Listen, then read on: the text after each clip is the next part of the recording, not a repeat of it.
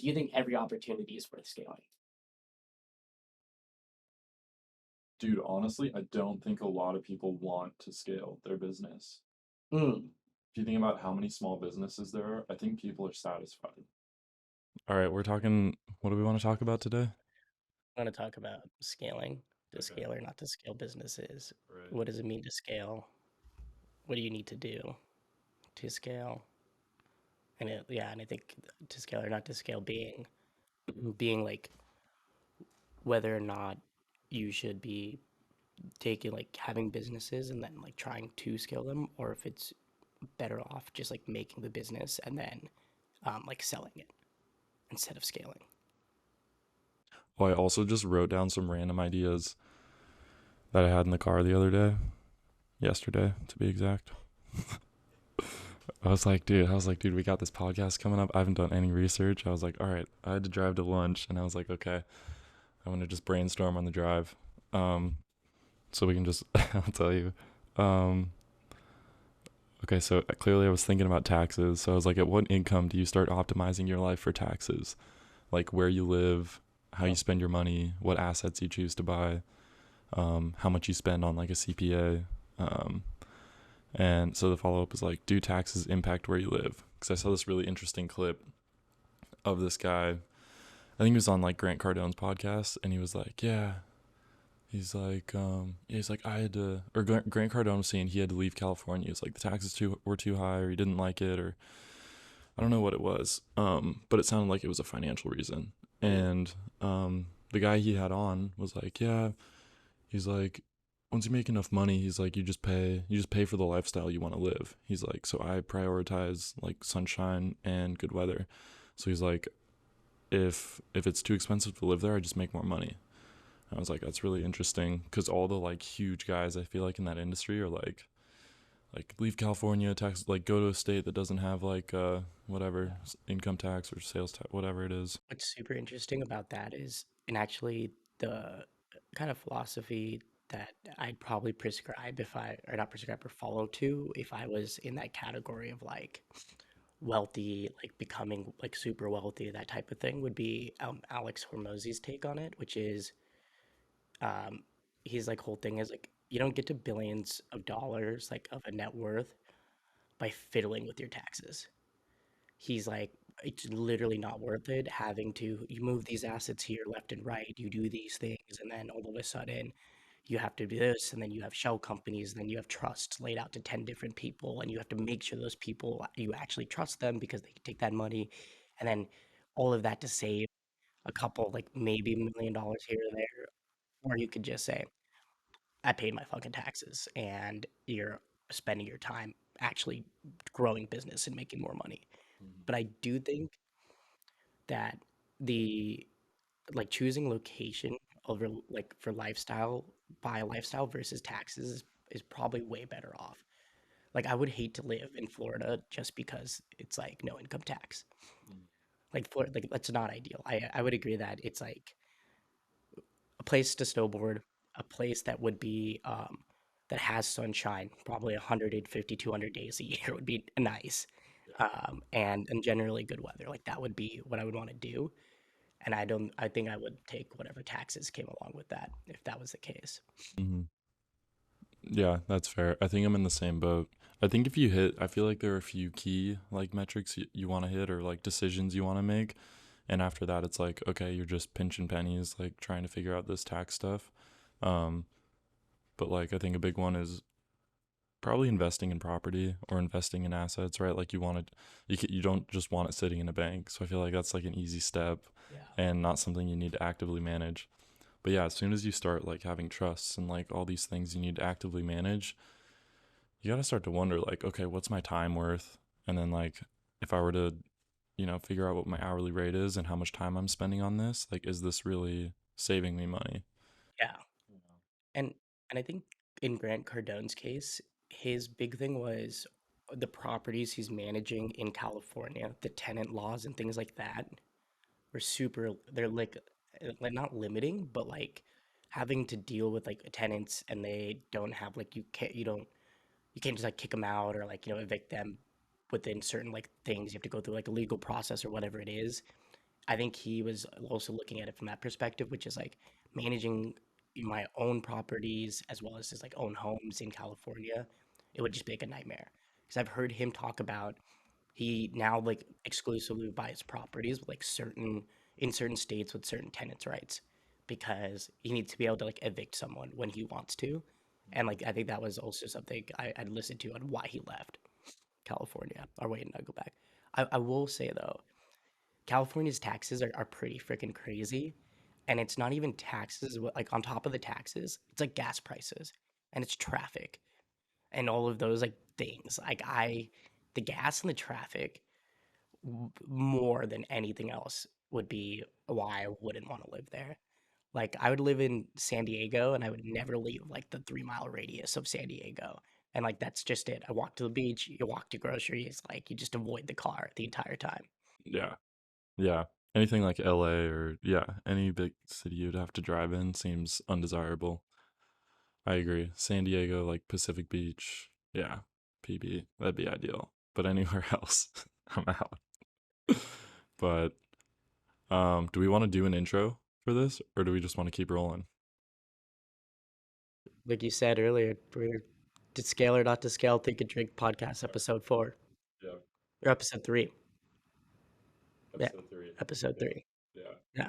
Yeah. Cool. Let's jump in. Um so I think like helping frame this, I was thinking about how we would intro this.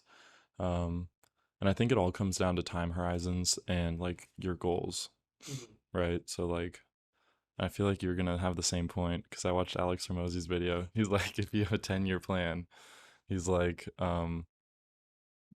if you're committed to it, he's like, you need to pick the highest value like opportunity you have because if you're gonna do something for 10 years, that's a pretty big commitment.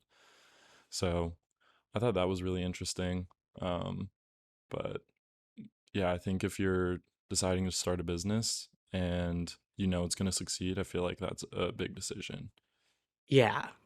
Your like total addressable market, your TAM, right? What could you do? How could you like do you have an actually uniquely like differentiated product or service or offering that has actual value, right? Because I think you could get to like these big opportunities in these big markets where you're like, okay, I could totally do this. I think you could ride on your competitors' backs up into a certain point and implement like what they're doing and then just do it maybe with like better customer service or like just like better more efficiently. But then I do think you would need to like to genuinely scale to like get really big. You would have to have a like a differentiated service or product by that time. But I did yeah, that's you definitely have to have a big enough market. I was also thinking about if you have these huge opportunities and you're trying to scale this business, and it's something I think we've talked about before as well. I think the most crucial part about scaling is handoffs. How much of your business can you like put into like not a templated fashion, but into a streamlined handoff to someone whose job it is to get that whatever it is. So like in some of your cases, right? It's outsourcing work. How streamlined can you make that outsourcing effort?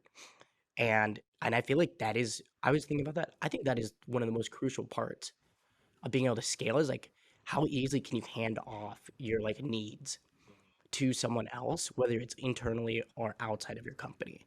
And whether or not you could do that is like whether or not you'll be able to scale in like an efficient and like fast manner. Yeah.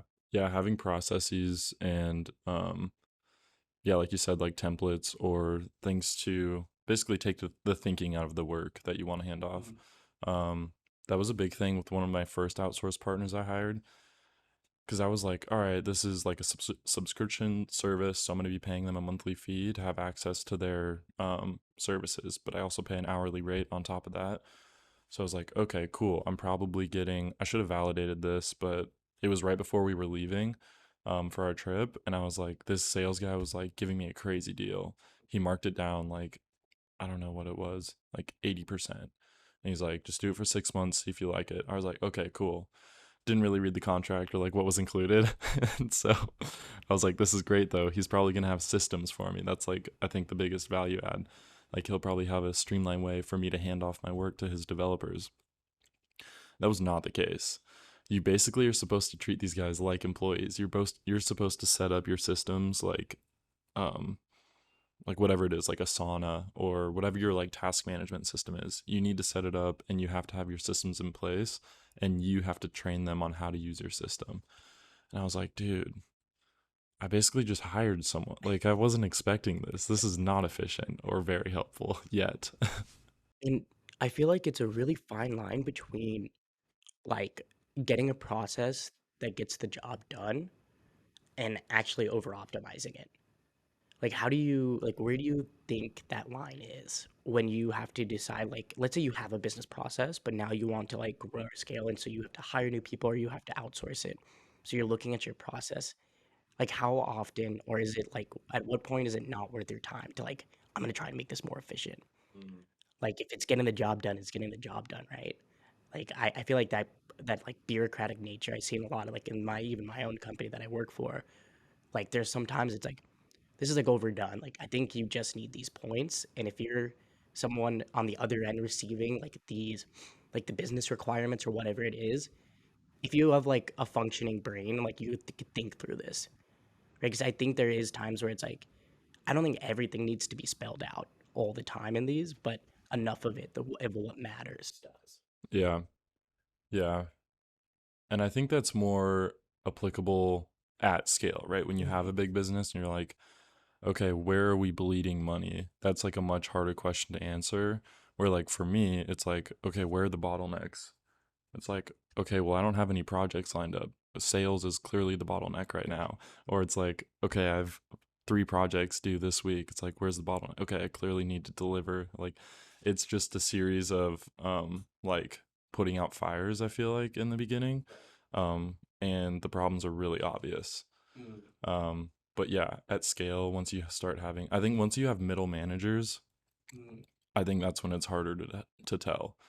Because then you have like a, what would that be? At least a series of 3 people that something's going to go through. So you have Yeah. the employee, the middle manager, probably a supervisor, and then C-suite. So maybe even 4 people. I mean, you could have a bunch more, but I think that's like the minimum you have to not understand easily where your problems are coming from. Yeah, it's on like 3 different people it has to go through. I work with certain organizations that have over 20 to 30 different like reviews, approvals, handoffs, updating the website, updating the marketing homepage website. They don't do anything that is CIA, like confidential, like definitely cannot be leaked kind of deals. These could be updating words on the website. And it's like, oh, like where did that go wrong? Right? Was it like are you sitting there and they're like, oh yeah, we need approvals? Like it starts off with 3, and then it just spirals out of control. And I think what happens is the difference of like when you start to scale and you start growing at a rapid pace and whatever it is, I think a lot of the times businesses or people who are leading these like businesses are working in the company, right? And they're just trying to like they're getting product to market, they're like selling, they're doing all this, and like they don't ever come back out for air and to look back at it and say, "Oh, I should be working on the business." And like, why do we have 30 different approvals to update the website? So I definitely think it could get really like these business processes could get out of hand so quickly without a little oversight. Yeah. Yeah, I also don't think there's an incentive in bigger companies for optimizing processes. There's no like clear incentive for basically, I mean, anyone's job who isn't directly impacted by revenue of the company. Right. So no one else is really incentivized. I mean, you are, right? Like you might want a promotion or like I mean, the like normal things I think you're incentivized by, but there's no um, like clear impact to their income. Or like for me, it's like very clear the impact it will have. But I also work in the business, so And and on it, yeah. So it's easy for me to understand the bottlenecks. Mhm. But but yeah, I'm really interested in this idea of using outsourced partners to scale. Obviously, because I don't want to hire someone full time. Right. But I'd be curious to know how like bigger companies tend to handle outsourcing, and if it's even like desirable, like a desirable solution. I don't think most of these companies function without a consultant or an outside person. I'm talking anywhere from 6 to 20 different consulting organizations within the company that they pay multi-million dollar contracts to do a lot of the work, because what's been happening, and specifically a lot of like the manufacturing industry I work in mainly, is the rapid progression of technology, right? So the technology is moving so fast that these companies, okay, we have to keep up. But the internal like talent, like who they have, they're like, no, we've been doing regular marketing, which is print and publishing, right? And they don't have the skills. So they outsource it. And not only would they outsource like the work, like updating the websites, doing like emails and that, as well as other internal like processes, the like dev work, everything. Um, they also would even it was a trend to even have the consulting partners, these like partners also buy the technology on these organizations' behalf. So they would basically just send, hey, we want to get this done. They send it over to the partner team, and the partner team executes it. They do everything, and then they basically just send back results. And if the glaring issue there is, let's say it's a marketing campaign, right? If this team, partner team, goes and executes it from beginning to end, I mean, whatever vision, it gets the approvals. The time it takes for someone to who works at the main company get the results back of that campaign can be 90 days afterwards. So the campaigns run, and then 90 days afterwards, they get the metrics of how well it did. By that time, they could have run the campaign twice in those days, or the numbers they get back could be fudged. Who's there to like check the partners in these scenarios? But that is like few and far between. Like there's like issues like that when it comes to outsourcing a lot of the work, but it did fill the skill gap that a lot of organizations have, which is like if you have proper if you as an organization decide like, okay, we're gonna own the technology, and we're gonna own and we demand like results pretty quickly, like you demand efficiency out of your partners, then I actually think it's one of the most efficient ways to work, because collecting a group of like developers and all of this stuff, like it's really hard to like be able to do that, skilled developers that stay, right? Versus if you go with an outsourced partner and you develop this relationship, it doesn't matter how many internal people change around, you'll still actually have a consistent, like, these people know my brand, they know these things, and they're always there, and they can even have like those guidelines, and then you could work together and be like strategic. And then in that sense, it's also, and I think a lot of organizations like, 'cause it's a throat to choke. When things go bad, they go, "Oh, you did this. This is terrible, blah blah blah," and it saves their skin if something goes terribly wrong, because then they just like, "I'm gonna fire you. Bye," and then it's an out. Yeah. No, I think the biggest overhead there that you're um saving or like avoiding by using outsourced partners is the processes and planning and working on the business. Like you said, if you can just assume that that's being handled by someone else, that relieves like not only like the responsibility to employ the team, but also maintain processes, like quality assurance. Again, like the whole optimization conversation, it's like, how do you know if our systems work? All that sort of stuff. So yeah, I think outsourced partners, that makes sense. It's desirable for, I think, any size business. So, but especially me right now, like small but super small business doesn't have the capital to hire someone full time, or the desire to get the capital. Like I could definitely get like an SBA loan and just do that. But I mean, I don't want to do that. I think it's easier to use outsourced partners at the moment. And do you see, like, when you use these outsourced partners, are you mainly outsourcing for skills you have currently? Or are they skills that you don't have, and that's also part of it? And would you feel comfortable if you outsource to like these partners for skills that you may not have, or may not be in your domain. So you don't really know maybe good from great, right? And you're kind of leading on them for that. Have you ever encountered that, or would be comfortable like outsourcing in those cases? Yeah, that's an interesting question. I don't think so. I don't think so right now.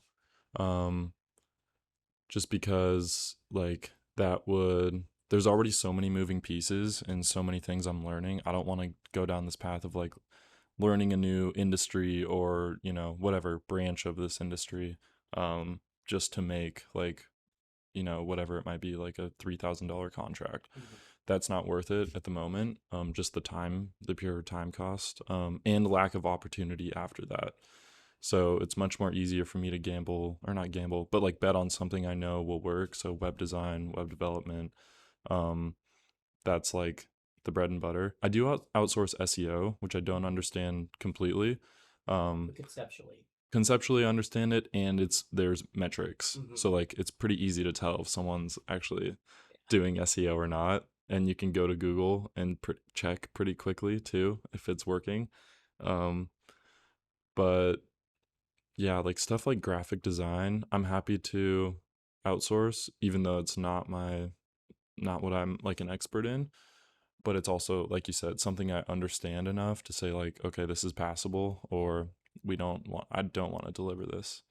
Um, but yeah, I think um another space I wouldn't be comfortable is once you start dealing with like sensitive data. Mhm. Like if I start outsourcing, like maybe someone needs a script to scrape like medical data or something like that. That seems a little like dangerous for me to accept that responsibility.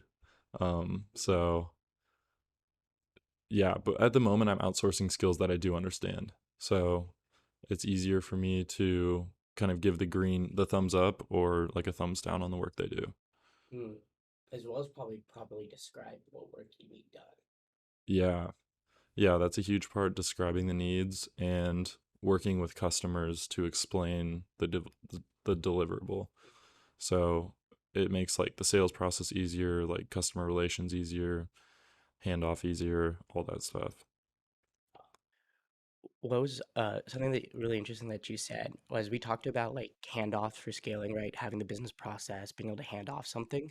But then you also said you talked about being able to use like metrics and like KPIs to fact check your like SEO. I think that's also something that is pretty big, especially the bigger the company you get, is like what metrics are you measuring like your like the what you're outsourcing them to, or even just like even internally, like how you're measuring your growth or your scaler. And I think what could be interesting is how in a company like you could have like qualitative and quantitative metrics for like success and like the value you're deriving. So beyond like maybe like revenue or year over year growth or quarter over quarter growth, it's like, am I continuing to do business that aligns to like my business values as well? And those metrics. So as you scale, are you, growing faster or wider or into different places that when you take a step back, you're like, these don't fall into like the values of like why you started the company or those things, because I do see that happening where it's like sometimes you see companies and you like look at their logo and you're like, why are you making this product when you make like all of these things over there? And I think sometimes what happens is they don't have like that check. They're just like grow, grow, grow. Like let's get out like bigger and bigger and bigger, and then they end up in these weird, money sucking fields where it's like, oh, we got into it because we saw this like huge potential, but they don't have any experience in that market, and they're just there because like, oh, we the opportunity was there, like let's get after it, and then they end up in this like sinkhole of debt or like just losses, and they have to cut that branch of the company off. I've seen that or read about it a few times, and so I think that's like a key part is like being able to measure like your scaling in both of like your values as well as like actual quality quantitatively. Mm, yeah. You reminded me of this might sound unrelated at the start, but you reminded me of there's this like not a Twitter movement, but I saw a few tweets in a row like a couple months ago about this movement to help quantify like project manager skills, or Mhm. like these roles in companies that don't have like detailed metrics or portfolio item opportunities. Or so like there was, I think it was some startup dude on Twitter who was like, yeah, I created a platform for project managers to create their like portfolio of whatever, like I don't know, projects they pushed across the finish line, or I don't exactly remember what it was, but it's this idea of applying metrics to things that are difficult to quantify. Mm. And I was like, damn, that's an interesting idea. Yeah, we had in the space I work in, we have a there's like a solutions or group of solutions called like work management, right? Which is like a project management type of tools. But the idea is when you're managing, like, let's say creatives, being able to manage creative, quantify the impact that like spending time and money into a creative is like, can you tie that back to like revenue? Oh, jeez. And they're quantifying these like, hard to quantify things. Dude, that sounds so difficult. It I think, yeah, it is difficult, especially you have to have a very like uh, connected like full marketing organization essentially, right? Because like the way to you would have to do that is through like tying it to like your marketing efforts and your sales efforts and being able to tie it to the campaigns.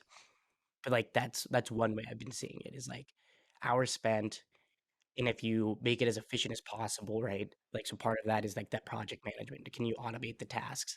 So it's like, is this driving revenue or not? What is the impact of that? And then also, what are the hours spent doing it?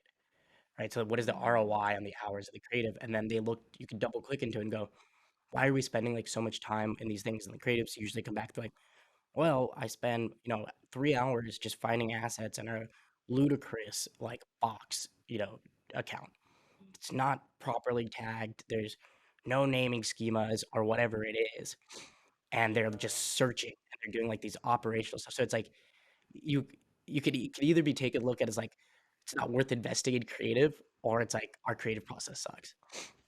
Oh, but I feel like, I don't know, dude. That's such a small part of the creative process. But I feel like, so the time can vary so much for me. Like when I get a request for a mock-up for a website, um, obviously, like you've done the discovery call, you kind of understand that. Let's assume you understand the client's needs, all that stuff, and you sit down to make draft one of the mock-up. Um, Dude, I spend like the first 3 to 12 hours looking at examples of like what else is out there, what are other people in the industry doing, like how would this be received, is this a movement in their industry, could this be a movement in their industry, like looking at like all this stuff. And sometimes it's super fast, like sometimes I get inspired in like three hours, and then sometimes I'll spend like multiple days searching for inspo. But when it hits, it goes super fast from there. So once it hits, it's like I'm cruising through it, and it can be done pretty quickly, honestly. It's just a matter of doing the work, but the inspiration's there.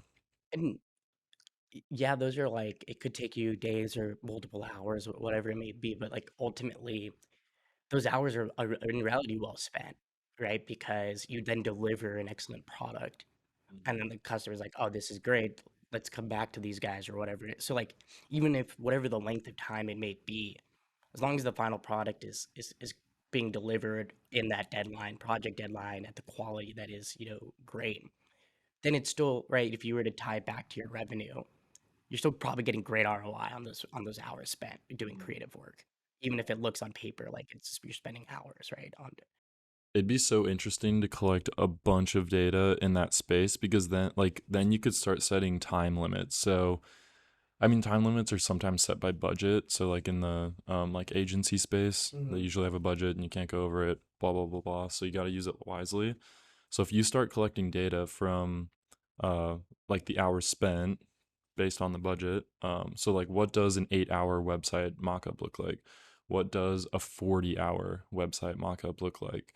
And then if you start doing that over and over again, you could learn a lot about your designer and say like, if you start attaching keyword like tags to each project, and then you start measuring the ROI based on those tags, it's like, okay, this designer does great work in the crypto space for like new NFTs, or whatever it is, or architecture, or like you start to optimize what they're really efficient at creating.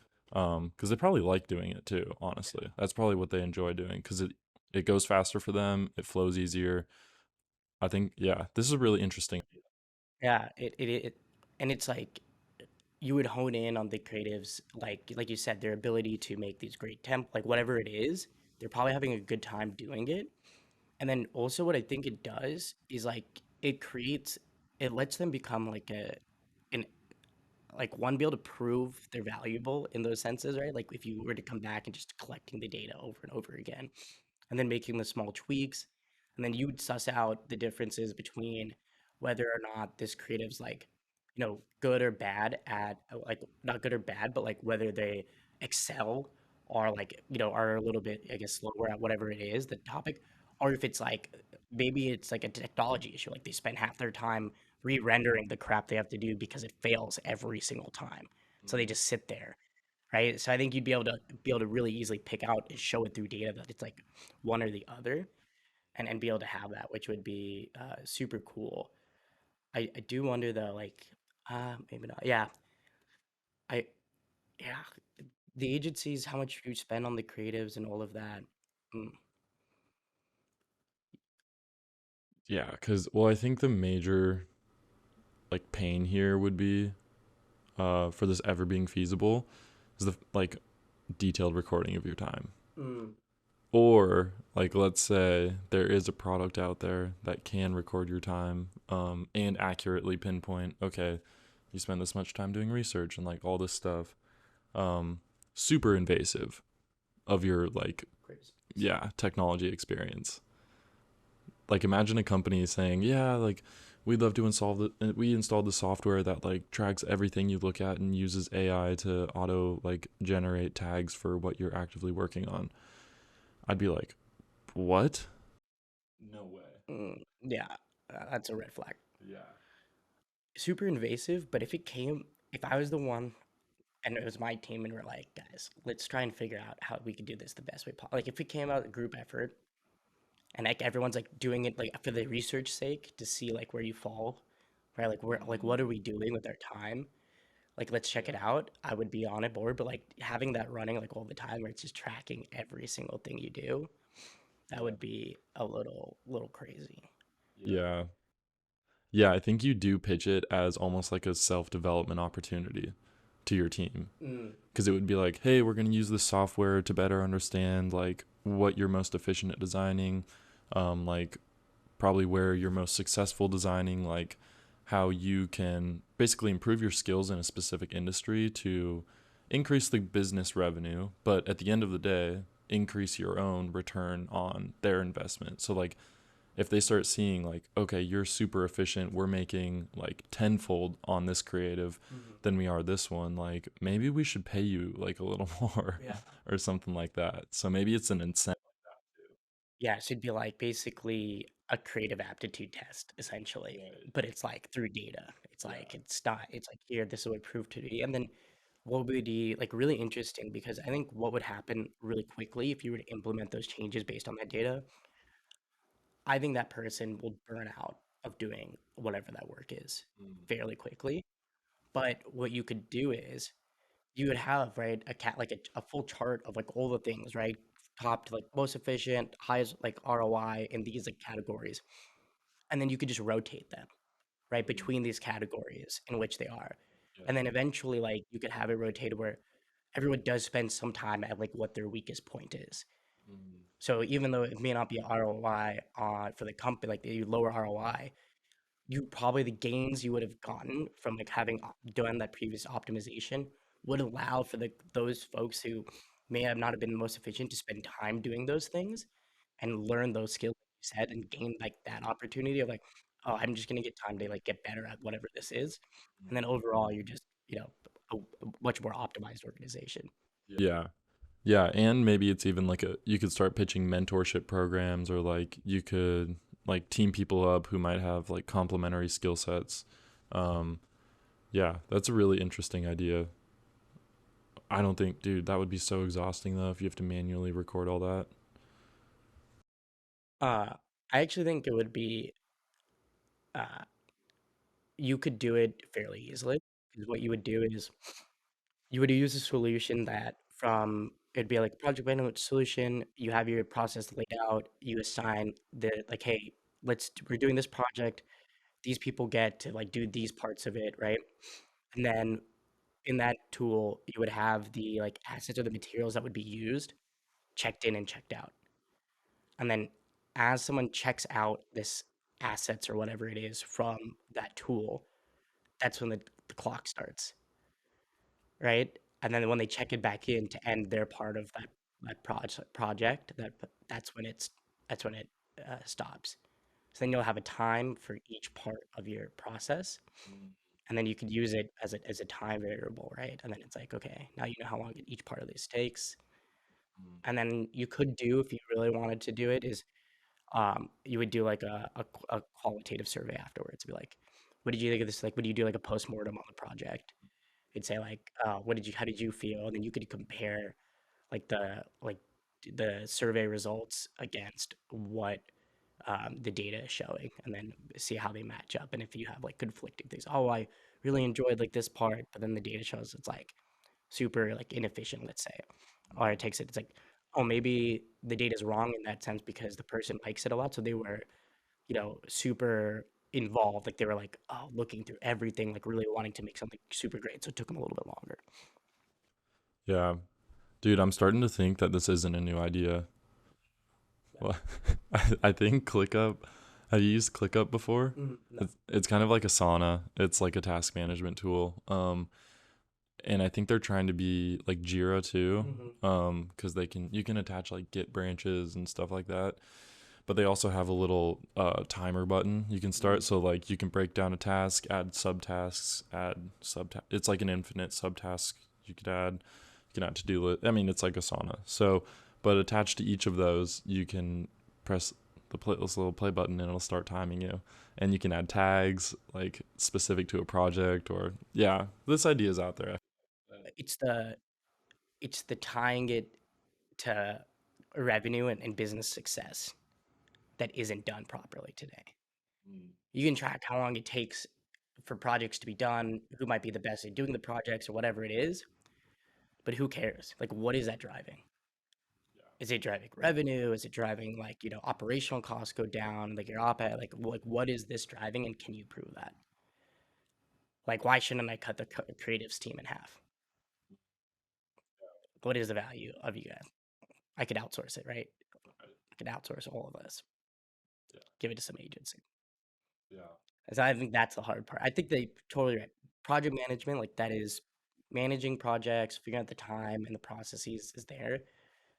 Tying it to like the metrics that matter to your business is the hard part, because not only do you have to know what metrics those are and what matter, but also being able to have that data come back and be able to say this is actually, you're able to legitimately attribute this creative to that sale or whatever it is. Yeah. Yeah, I think it's the attribution. I think you're right. Dude, it's using these tools. I feel like so many companies spend money on these task management tools, whatever, a lot of tools, CRMs, and then they like use a fraction of it, or they don't do a postmortem on a project, and so they don't get the data out of it. So I think that's a whole nother conversation though. Yeah, that's like completely logical things companies should do that they don't do Yeah. is a whole topic, because it's like, god damn, Yeah. if someone somewhere just was thinking for a couple weeks, they would probably have like solved all of the problems they face. So Mhm. definitely another topic for another time. Yeah. Yeah. But another thing I was thinking about, I think it was last week, was this idea. So kind of on this idea of outsourcing. On the other end, so like hiring full-time employees. How do you get the best talent? Obviously salary is a big one.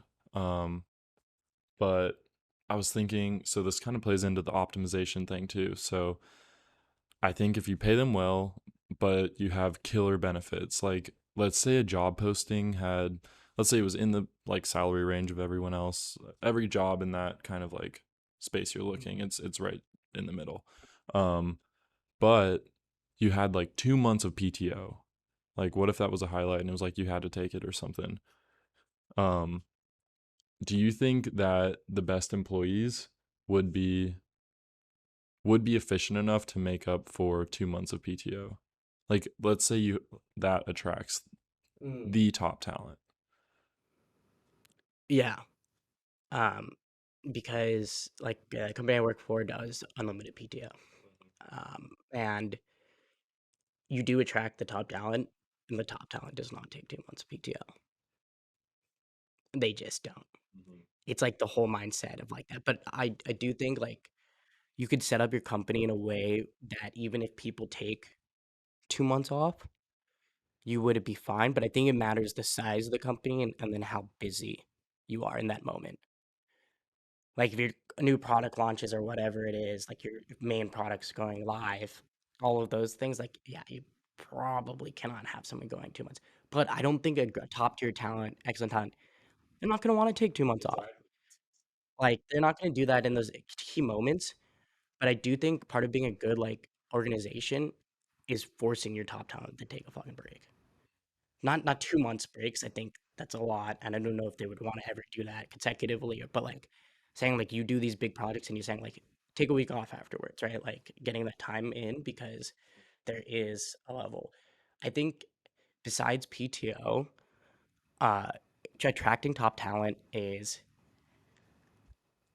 well, apparently all it is nowadays is having free snacks in the office, apparently. But like, I think it's more locations or being remote, where it is, having like a open like organization like mindset where it's like people show up and if you see a fault in like something, you're like able to be like, I think we can fix this, right? And then being able to do those changes, and then just incentives of either you're gonna learn so much because we're the best at what we do. And so you join our team, we're gonna continue to, and you're gonna learn what it means to be the best. Or it's a sales incentive. It's like if you do well, you get a bonus at the end of the year. If you do these things, because top talent, the best people, they're ambitious, right? They're trying to get somewhere, and they either need to be, they're either trying to collect wealth and money and resources, or they're trying to learn. And they're trying to learn at like a rapid pace and be able to like continually learn and grind through all of those skills.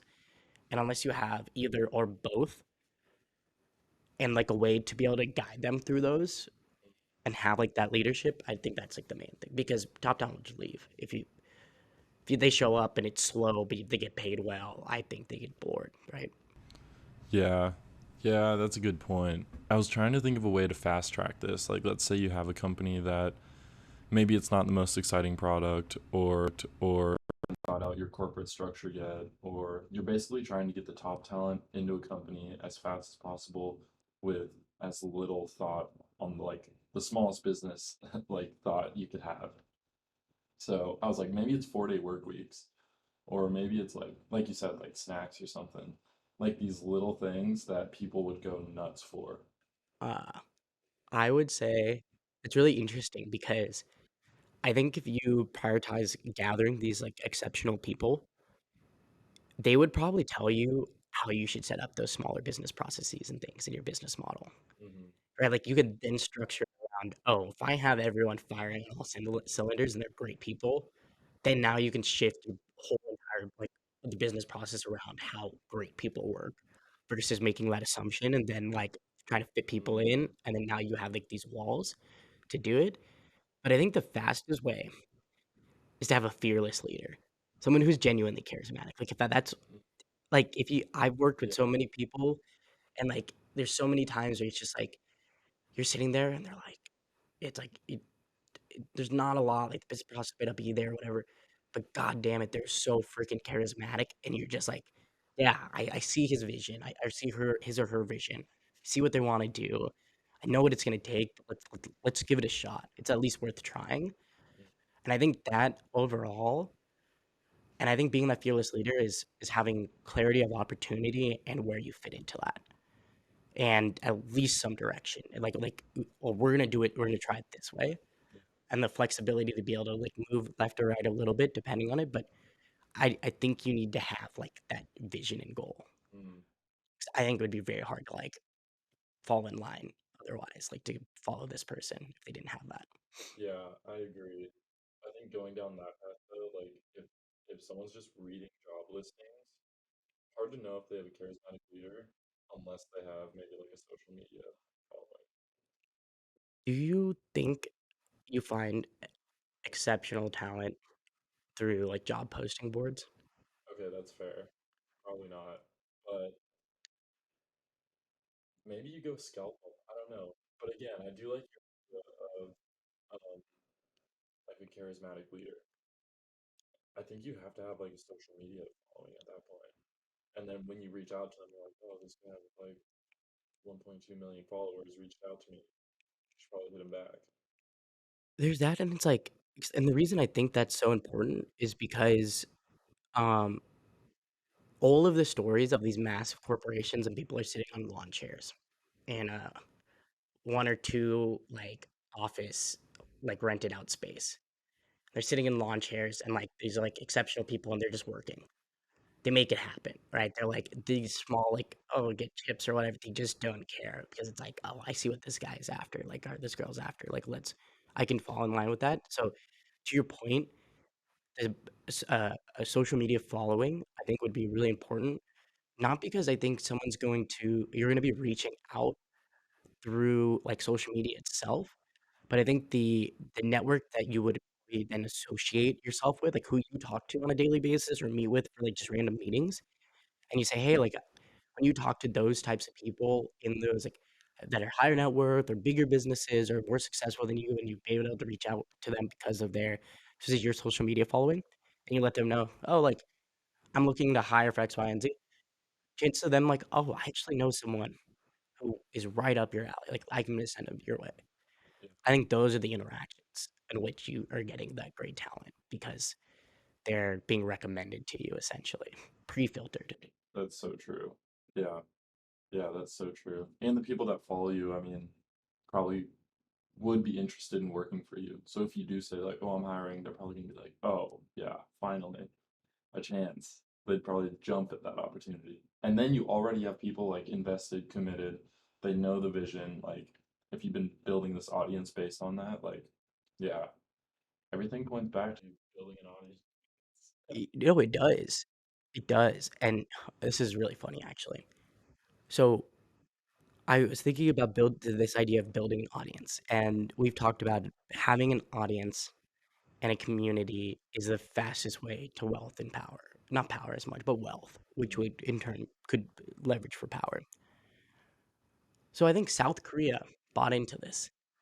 And a couple of years ago, so South Korea is like power, like globally was down, their economy was down, things like that.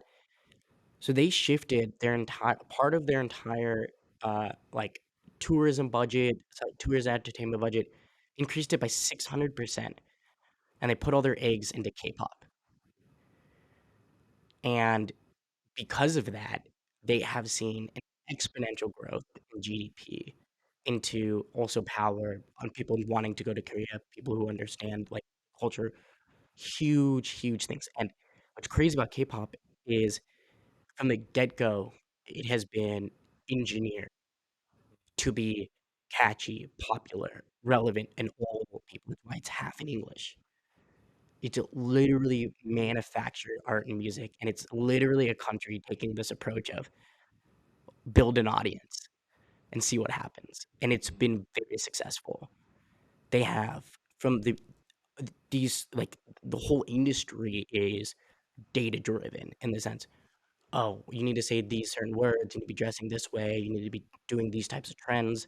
You can't do it this way. They sign like from beginning to end. It is like manufactured for entertainment, popularity, virality. They're not entertainment, like music is entertainment in general, and like the Hollywood and things. They definitely are manufacturing like music and hits and things like that. South Korea's a little more open about it because like in their freaking budget, and they've been growing in these like the K dramas, like that has been how they're fighting this war, right? Of like staying relevant in the world and like keeping up with the larger nations. And they've gone the build your audience route. Wow, that's interesting. I never knew K-pop had that much thought behind it. No, but it has that much following. It's insane. That is insane. Jeez. South Korea. We should have gone there. That would have been fun. Yeah, they have fiber optics everywhere. Yeah, that'd Yeah. be crazy. Super crazy. Where else had fiber optic everywhere? Ecuador. Ecuador. Yeah, that's also surprising. Super surprising. Yeah. Yeah, some lady at Pergamino, it's like, you gotta go to Ecuador. We were just there. She was raving about it. Yeah, everyone who I know, Ecuador. Hmm. Yeah. Maybe we'll go back next year after Japan. After Japan. Okay. We'll be there. But no, I feel good about this. Oh, there was one more thing. We kind of got sidetracked, but about scaling and not to scale. Mm. And I think, um, like just pointing back at time horizons, like lately I've been really struggling with the idea to scale my agency or to go all in on a startup opportunity. Not all in. I still have to make money. Prioritize. But yeah, but to prioritize it. So, and it was that idea of like, okay, if I'm gonna do something for 10 years, I kind of looked at what are the top guys in the marketing agency space making. I mean, if you don't, I don't think it's fair to look at like Gary V's agency. Mm. What is it, Vaynerchuk Media, something like that. I mean, he's probably doing millions a month in revenue. But like some of these like top influencer guys, like I think Eman Godzi, something like that, runs like I think it's like a social media marketing agency, so similar space. And I don't think he could get over like 100,000 a month. I think that's kind of where he capped out. I think he had a decent sized team. Um, I think I could get there with outsourced partners, but I don't know if that is like the best opportunity at the moment. So I was like, I decided to go with the startup. It's it's it's definitely would be a grind, right? Like the agency route, all of that. And then also you would have to be working in industries in which they can prove or like be able to like they could easily monetize their social media, right, efforts. So if they hire you, they can, oh, through your like digital marketing efforts in general, I'm able to like sell more things online, right? And then because otherwise it's really hard to like prove your value, why they should keep paying you like year over year to do all of these things. And then what happens though in these industries is the biggest guys already have their agency of record doing all of those things. And then the smaller guys are like, well, do I really need someone like to be outsourcing this, or like do I really need social media? Like my product is like sold this way, or like however it is. So that is an interesting conundrum. I do think though, going like prioritizing the startup could be an interesting like approach, and like getting that experience under your belt of like just trying to do that and seeing what happens. But I think, do you think you could set up your like the agency model to be self-sustaining? That was the original Mm, plan. But I've gone through a few outsourced partners at this point, and I realized that it's always going to be. I mean, I think it would take a year or two to get it to a point where it's self-sustaining. Mm. And you know this, I'm all about kind of fast tracking decisions. So I'm like, okay, if my end goal is to be in software anyways, it's like, what's my fastest path there? It's like I just start working on it now. So I think I can get by on um like working like 30 hours a week in my agency, and I think the rest of my time I'll just devote to the startup. do you think there's a way to develop software that would um, make your agency self-sustaining? Dude, honestly, I think I would pay someone to come in and make it self-sustaining. Like What a do you mean by that? service. Like I would pay a service to do it. Mm. Like I think the obvious route is to hire. You would hire like a project manager, right? And then they come in and develop processes and all this stuff. But that's expensive, I think. I think a service could do it cheaper. Mm. So like they put all the people, they look at your revenue and they tell you like, if you're in a position to hire. If not, they help you develop a sales pipeline to get more revenue to hire. Basically, come in like I have business, it's just not streamlined. Mhm. So basically, a service to come in and streamline it for me. I could do it, but it's like Priorities. that is the year plan that is building an agency. So Mm. if someone could come in and do that, and just take a part of the revenue or something, I don't know how that would work, but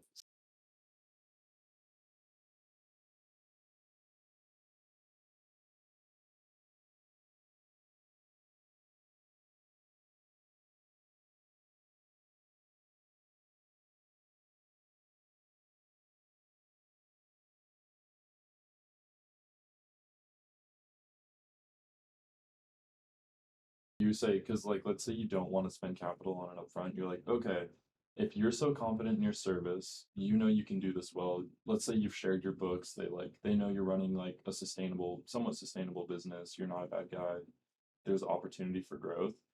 I think you say like, okay, over the next 20 years, you can have a percentage of revenue and it would go down by a percentage every year or something. Mm. And if we don't, like let's say we fail to make good, we basically give you all of the clients or something like that. Or if we don't hit a certain revenue mark, like you basically own the business after that.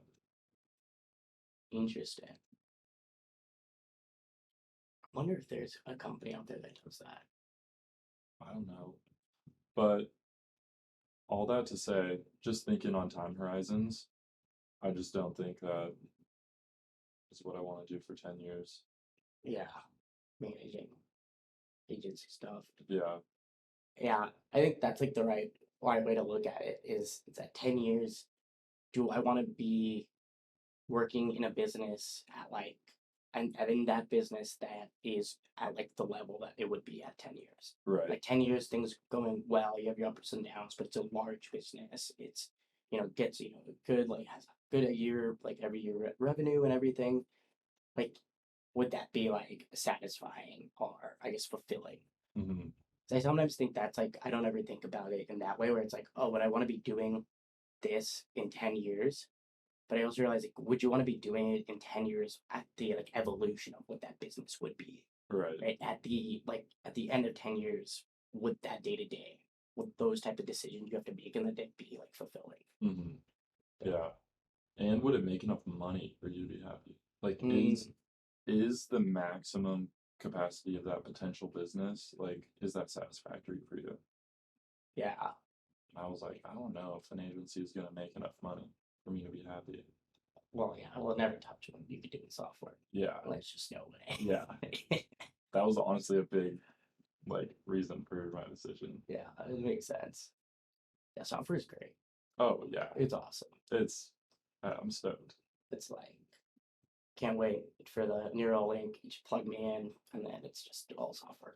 Life's great. Yeah, my brain is a subscription service. You use your brains as like you take you plug your brain in, and then you can outsource your processing power while you sleep. Oh, you farm it out. Yeah, so like Oh my while you God. sleep, it's like a huge farm, and like they're powering like insane like calculations. So it's like while you're sleeping, you plug in, and instead of like CPU cores, it's people's brains. Bro, And isn't they there a movie on processing. this? Well, it's like Netflix. It's like Matrix. It's like Matrix. Yeah, Yeah. but it's just the brain, and it's only while you sleep, and it's just like running through it. I don't know if that would be a like a very restful sleep. Yeah, it's not great for sure, but like pay off, Yeah. dude. Yeah, if you need to make some money, just plug in. Plug it in, Yeah. hit your hours. A lot. Yeah. But I feel good about this. Yeah, this is great. Yeah. Do you have Wait. anything else you want to talk through? So, to scale or not to scale? Depends on the size of the opportunity. No, And in general. To scale or to scale, not to scale. In general, you just take opportunities as they come. Do you think? Okay, well, I guess I'll reframe this. Does it like if you were to be agnostic to your like your own personal like wants or desires? Do you think every opportunity is worth scaling? dude, honestly, I don't think a lot of people want to scale their business. Mm. If you think about how many small businesses there are, I think people are satisfied. I think people grow complacent. I don't know, not complacent, but they're happy, Content. content. Yeah, definitely content. Yeah. Mm. That's huge in like the freelance graphic design space.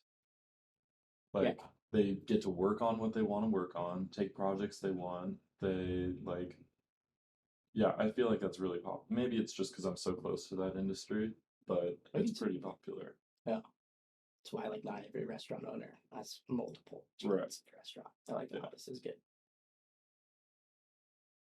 So Yeah, scale.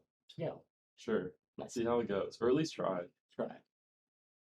I think that's like would be a good takeaway is like Hmm.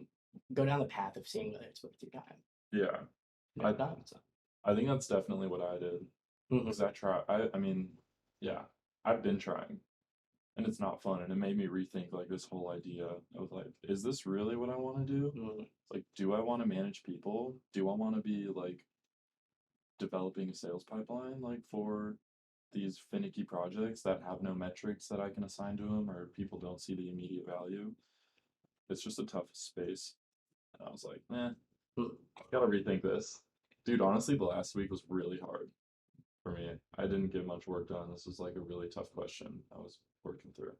Yeah, it's not an easy one because it's like you said, it's a 10-year decision essentially. Yeah, yeah. No, I feel good about it. Yeah. At least try to scale. Please try. Yeah. Yeah. All right, close it out. Close it out. Good. All right. Thank you guys. Thanks for watching. Please like, comment, subscribe. You know the drill. We will see you next week. Later. Peace.